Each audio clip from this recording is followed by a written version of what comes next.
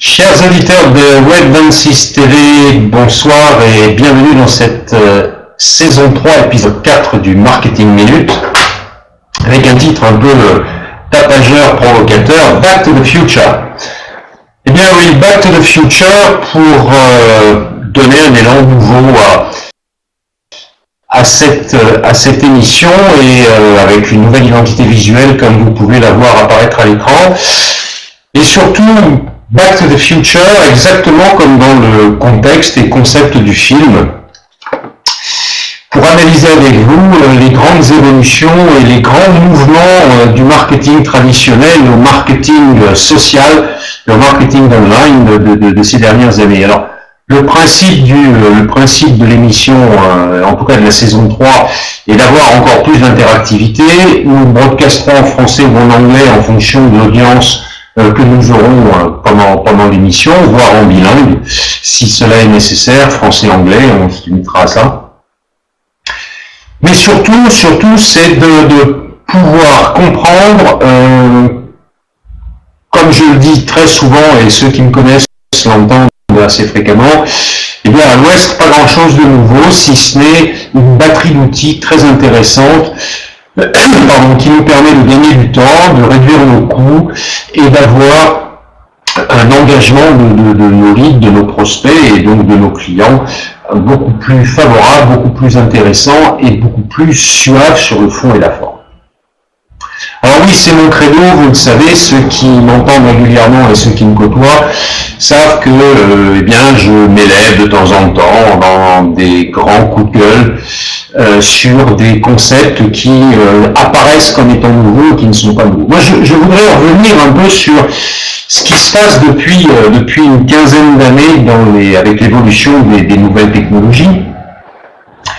Et cette évolution qui risque de voir l'histoire se reproduire, en tout cas, si je compare les années 99 à 2001-2002, avec les années 2009 à 2013, voire 2014, et ce sera l'occasion pour nous d'anticiper.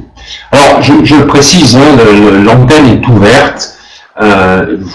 J'espère que vous ne serez pas d'accord avec moi, que nous puissions avoir un échange qui soit suffisamment intéressant et significatif dans l'ensemble des affirmations que je pourrais donner, dans lesquelles je suis convaincu. Je ne demande qu'à échanger et qu'à être mis en défaut sur ces affirmations, de manière à ce que la proactivité se voit le jour au cours de cette saison 3. Donc oui, revenons et souvenons-nous de la naissance des outils de nouvelle génération et de la naissance de la bulle Internet entre 1999 et 2001-2002. Un certain nombre d'outils nouveaux nous ont permis à cette époque de créer et d'engager plus avant et à moindre coût une véritable communication corporate et un véritable marketing multicanal. Et ça, c'était une révolution significative. Le problème à l'époque, souvenez-vous, eh bien, nous avions des problèmes cruels de bande passante et des problèmes cruels de machines qui n'étaient pas forcément adaptées à ce que l'on appelait à l'époque le rich media, ou en tout cas très peu étaient capables de recevoir, et bien souvent, que ce soit un emailing, que ce soit les premiers sites web interactifs ou en tout cas participatifs, une page dynamique, eh bien, ne pouvait pas être lu par l'ensemble de nos audiences et de nos cibles. Ça posait un certain nombre de problèmes. Bon, il a fallu attendre les années 2006-2007 pour que les accords, ce que j'appelle les accords SALT concernant l'ensemble des manufacturiers de hardware soient signés et avoir finalement des machines qui soient stables et non caduques 15 jours après qu'on les ait achetées à cher prix. Alors, le facteur était effectivement que la dissémination et l'accès aux nouvelles technologies par le plus grand nombre rendait de fait et de conférer à ces nouvelles technologies une dimension fabuleuse, puisque c'est comme tout, si nous n'étions qu'un petit nombre à pouvoir profiter de ces outils, c'était de fait restreint et totalement restrictif. Et puis c'est donc posé le problème de cette sacro-sainte bande passante qui a cruellement fait défaut pendant plusieurs années, jusqu'à l'arrivée et la vulgarisation de la DSL, voire de la fibre, alors qu'il n'est pas déployé de manière équivalente dans tous les pays d'Europe et voire tous les pays de la planète.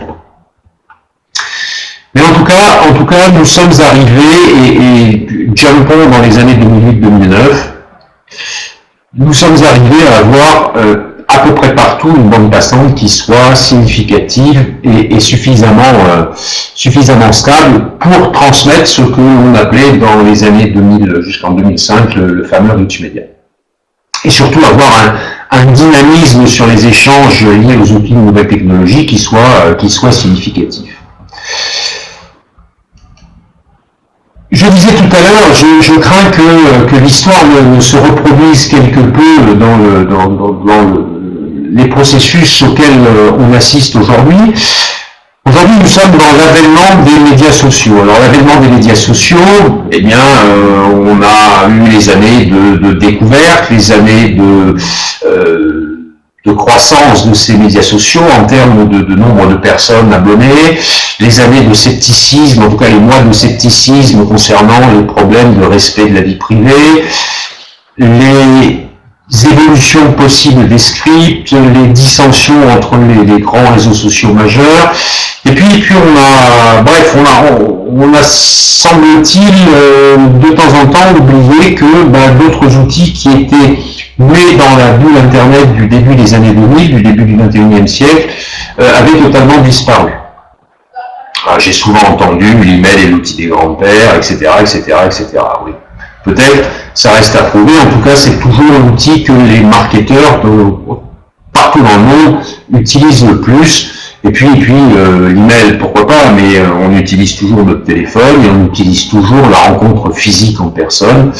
Et c'est quelque chose d'important quand on parle de communication corporate, quand on parle de marketing et quand on essaye de marketer cette communication corporate en tout cas.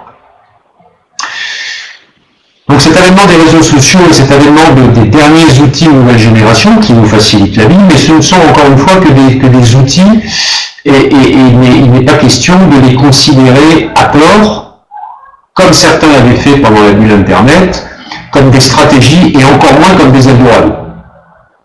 Si depuis le début du XXIe siècle, il y avait des concepts que je vais caricaturer et schématiser sous le vocable d'argent facile, ça se saurait. Mais ça fait au moins 6000 ans que tout le monde cherche, personne ne trouve, donc beaucoup travaillent et beaucoup se cassent la tête à justement mettre en place ces outils, les faire évoluer et nous donner une puissance d'action qui est significative, notamment en termes de communication ou de marketing multicanal.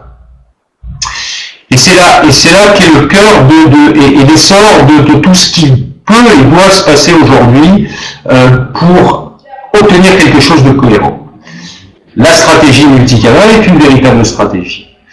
Maintenant, il faut savoir quels outils utiliser, comment les utiliser et par quel bout les prendre. Alors ces outils, je rigole, il y a souvent, je suis un peu caustique et critique, mais quand je vois on explique comment cliquer là ou là sur tel ou tel réseau social et que certains en ont fait leur cœur de business, pourquoi pas, tant qu'il y a une audience et tant qu'il y a des gens pour acheter, c'est parfait. Mais je pense que si on veut se lancer dans une véritable stratégie efficace, opérationnelle, alors il faut la réfléchir en amont. Il faut vraiment la poser, il faut vraiment faire en sorte d'être parfaitement clair, de ne pas se leurrer, de ne pas se raconter d'histoire, et d'avancer pas à pas sur la mise en place des outils correspondant à la stratégie qui a pu être élaborée. Je dis Back to the Future encore parce que ça n'est pas un concept nouveau, même si d'aucuns ont souhaité recréer des termes collant plus à la stratégie de marketing en ligne versus le marketing traditionnel. Très honnêtement, j'attends que quelqu'un puisse me convaincre de ces fondamentaux, de ces nouveaux fondamentaux s'ils existent, et j'invite les personnes prêtes à tenter de m'exposer des arguments recevables à échanger au cours des émissions du Marketing Minute.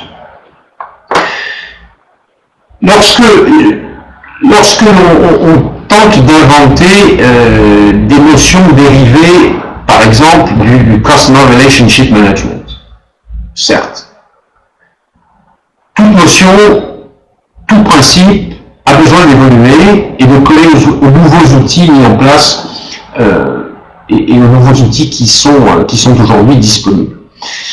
Mais ne nous trompons pas, qu'un concept évolue, qu'un concept se modèle, voire même qu'on arrive à tordre un concept sur le principe de ces nouveaux outils et de cette nouvelle envolée. Pourquoi pas? Maintenant que d'aucuns s'amusent à préciser et à affirmer que ces concepts sont totalement nouveaux, que ces concepts viennent de sortir et que des génies du marketing y ont pensé il y a 15 jours, là, il ne faut pas exagérer. Il ne faut pas exagérer. Cet exemple du Customer Relationship Management, qui soit devenu social, CRM, ou des choses comme ça, pourquoi pas? Mais ces choses-là existent depuis des dizaines d'années. Les grandes heures du Customer Relationship Management, c'était 1997-1998, jusqu'aux années 2000-2001. Souvenez-vous, des marketeurs de génie s'en sont emparés pour dire « ça n'est plus un way of life, c'est un logiciel ». Déjà, confusion de stratégie et d'outils. L'engagement, la gestion de communauté, oui, bien sûr, s'occuper de ses leads, s'occuper de ses prospects, écouter la voix des clients qui est fondamentale, ça non plus, c'est pas nouveau. Tout le monde le fait, même nos arrière-grands-parents le faisaient dans leurs entreprises. Donc jusque-là, back to the future, on est d'accord sur ces points. Maintenant, encore une fois, que nous ayons possibilité aujourd'hui, notamment grâce aux outils sociaux, quels qu'ils soient, de pouvoir plus rapidement, plus attentivement écouter nos clients, écouter nos prospects, répondre à leurs attentes à moindre coût, plus rapidement et dans un objectif de satisfaction optimale, oui, je suis d'accord. Ça c'est nouveau. Ça c'est nouveau, mais en rien une nouvelle stratégie. Simplement un outil plus simple. C'est vrai que nos arrière-grands-parents avec les PTT et le courrier postal. Aujourd'hui, nous avons les réseaux sociaux. Aujourd'hui, nous avons les pages compagnie, les pages de marque, que ce soit sur Facebook, que ce soit sur Google+, que ce soit sur l'ensemble des médias sociaux ou réseaux sociaux en vogue, pour pouvoir interagir et pour pouvoir croiser cette information dans un multicanal. Et puis ce qui n'existait pas avant, c'est que sur la simple réclamation d'un client, puisqu'à l'époque on était encore décent et on n'harcelait pas et on n'insultait pas, eh bien le gros avantage qu'il y a avec les outils de nouvelle génération, c'est que la communauté représentée par les fans d'une marque, eh bien souvent se pose en barrage et en mur devant les personnes qui cherchent à décrire cette marque, et donc facilite le travail du marketeur. Il y va de même pour la réputation d'une marque, la réputation d'une entreprise. Ben là aussi, back to the future. Back to the future parce qu'on n'a pas attendu les outils de nouvelles technologies ou la nouvelle génération de concepts et d'outils pour veiller à l'image et à la réputation d'une marque ou d'une entreprise. C'est évident. Je reconnais une chose, c'est qu'avec les outils sociaux, eh bien, cette marque et l'image et la réputation de la marque peuvent être plus facilement blaboulées, plus facilement chahutées, plus facilement détériorées. Bien sûr, on est dans l'immédiateté. Donc on va plus vite que le courrier postal et on va plus vite que la transmission de bouche à oreille circule à la vitesse de la lumière et à la vitesse des électrons dans le câble électrique. Ça c'est évident. D'où la nécessité dans la stratégie d'intégrer ces paramètres. Et encore une fois, ces paramètres liés aux nouveaux outils. C'est ça qui est fondamental. C'est pas l'outil en tant que tel, c'est l'outil tel qu'il se présente dans sa stratégie globale, eh bien, il est important de pouvoir intégrer ce facteur d'immédiateté. Ça, c'est une nouveauté. Et là, on n'est pas back to the future, on est réellement dans une activité de temps réel, ou quasi réel, ou légèrement différée.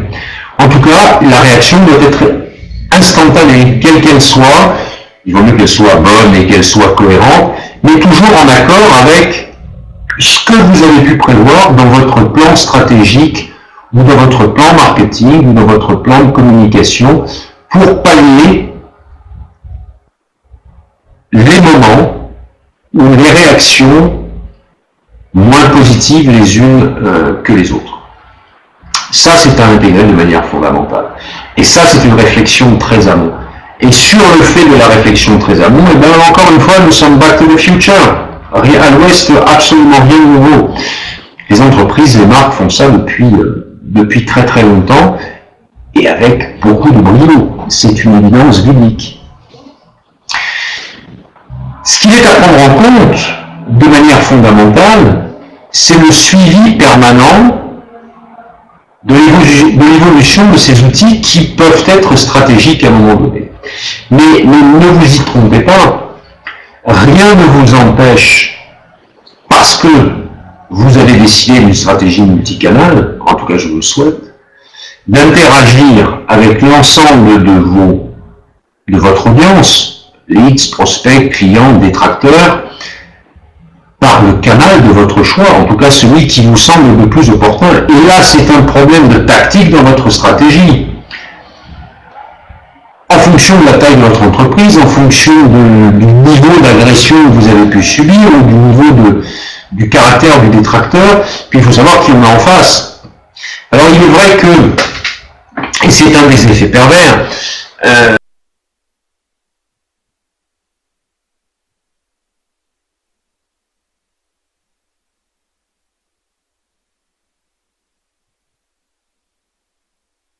de choisir de manière des plus tactique le canal de réponse. Mais oui, le téléphone existe toujours, et le téléphone permet de plus facilement, quelle que soit la forme du téléphone, que ce soit un téléphone IP, que ce soit un téléphone cellulaire, ou que ce soit un visio chat, eh bien ça va vous permettre de plus facilement interagir et de plus facilement avoir une explication rationnelle. Vous êtes peut-être en faute. Vous avez peut-être eu tort. Et ça, eh bien, quelle doit être la réaction? C'est aussi un des points de passage obligé dans l'élaboration de votre stratégie et de votre tactique de réponse. C'est quelque chose de fondamental. C'est quelque chose de très important, de manière à ne rien laisser pending. Depuis quelques années, nous proposons un séminaire qui est l'optimisation de la gestion des réclamations clients. Et on s'aperçoit que, exemple à l'appui, eh bien, donc bien avant les réseaux sociaux, puisque ce séminaire a été élaboré dans sa version numéro 1 en 1999, eh bien on s'aperçoit que quel que soit le moment ou la raison du contact, eh bien c'est une opportunité. Et une opportunité bien souvent de revente. Nous n'aurons pas, si nous avons à élaborer des stratégies de marketing avancées et si nous avons à élaborer une stratégie de communication corporate pérenne et fiable, c'est pas pour se faire plaisir, c'est pour vendre, pour générer du profit. Et c'est la panacée de nos entreprises, générer du profit. C'est vrai que c'est un peu tabou en Europe du Sud, mais c'est une raison, c'est la raison d'être de la capacité d'autofinancement des entreprises, parce qu'elles génèrent du profit, parce qu'elles peuvent engager et écouter le retour, la voix de leurs clients, de leurs prospects, de leurs leads, d'une manière générale de leur audience. Ce sont tous ces principes, et encore une fois, je vous encourage à venir échanger sur ce concept global qui est Back to the Future, sur lequel la saison 3 va focaliser, mais surtout à venir soit amener des éléments de Back to the Future, ou bien à venir discuter de manière saine, proactive et intelligente de votre désaccord sur ces différents points. Moi, j'engage et j'invite les community managers. Vous savez que je ne suis pas d'accord avec cette fonction telle qu'elle est exprimée aujourd'hui, et notamment en Europe, un peu moins opposée dans le contexte anglo-saxon ou nord-américain, mais tel que ça a été transformé, en tout cas en Europe. Ceux qui me connaissent savent que je ne suis pas du tout d'accord. Donc j'invite les community managers à venir exposer leurs opinions, leurs principes et nous expliquer la manière dont ils travaillent. J'ai souvent demandé à ces personnes de venir s'exprimer et force est de constater qu'aucun n'est venu réellement nous dire bah oui, moi ma stratégie marketing et voilà comment j'envisage mon métier de community manager. C'est vrai qu'il y a un manque aujourd'hui, c'est certainement un métier nouveau qui est à inventer ou à mettre en place, mais chacun il veut un peu de sa salade et de sa sauce, donc on ne sait pas trop où se positionner, où se placer, et comment ces choses-là peuvent être cernées. Moi, ce dont je suis sûr à ce propos, c'est que si community manager doit exister, si ce concept existe, que je dissocie du community management. En tout cas, si le community manager doit exister, eh bien, c'est forcément un marketeur, et un marketeur qui n'est pas un stagiaire. Un marketeur qui a déjà un peu de bouteille. Ça ne veut pas dire qu'il a 25 ans de bouteille, mais un marketeur qui sait de quoi il parle et qui peut facilement envisager l'ensemble de ces processus. Souvenez-vous, il y a 2 ans et demi, 3 ans, l'affaire Nestlé sur Facebook. Voilà, le community manager, qui était vraisemblablement un stagiaire ou un très très jeune marketeur ou pas marketeur du tout, l'histoire ne nous l'a jamais dit. Enfin, ça avait fait couler beaucoup d'encre, en tout cas l'affaire Nestlé en tant que telle. Donc voilà comment nous comptons chez PHMC Group envisager cette saison 3 du Marketing Minute. N'hésitez pas, prenons date, contactez-nous, nous sommes joignables sur l'ensemble des réseaux sociaux, nous sommes joignables par email, de manière multi-channel bien sûr, et venez nous faire part de vos idées, de vos objections sur ce qui peut être dit lors de ces émissions. Et ce sera avec le plus grand plaisir, la plus grande objectivité, la plus grande sincérité que nous échangerons sur tous ces points du marketing. Bien sûr, vous pouvez également nous rejoindre sur les 2 autres canaux de Web26 TV, que sont Économie et Politique et Culturel, le canal phare de Web26 TV. Voilà, pour aujourd'hui et cet épisode 4, eh bien, ce sera tout. Je vous retrouve la semaine prochaine, quasiment chaque jour, avec des émissions percutantes. Et jeudi soir, donc, pour l'épisode 5 de la saison 3 du Marketing Minute, avec un Back to the Future. Et j'espère que nous aurons des contradicteurs, de manière à ce que nous puissions échanger de manière conviviale, cordiale et sympathique. Je vous souhaite une excellente soirée. Suivez-nous sur l'ensemble de nos comptes sociaux, sur nos sites web, sur Coffee Break, le réseau et médias sociaux de PHMC Group, et bien sûr sur Web26, autant que cela peut vous faire plaisir. En tout cas, nous, ça nous fait plaisir de vous avoir et de pouvoir échanger avec vous.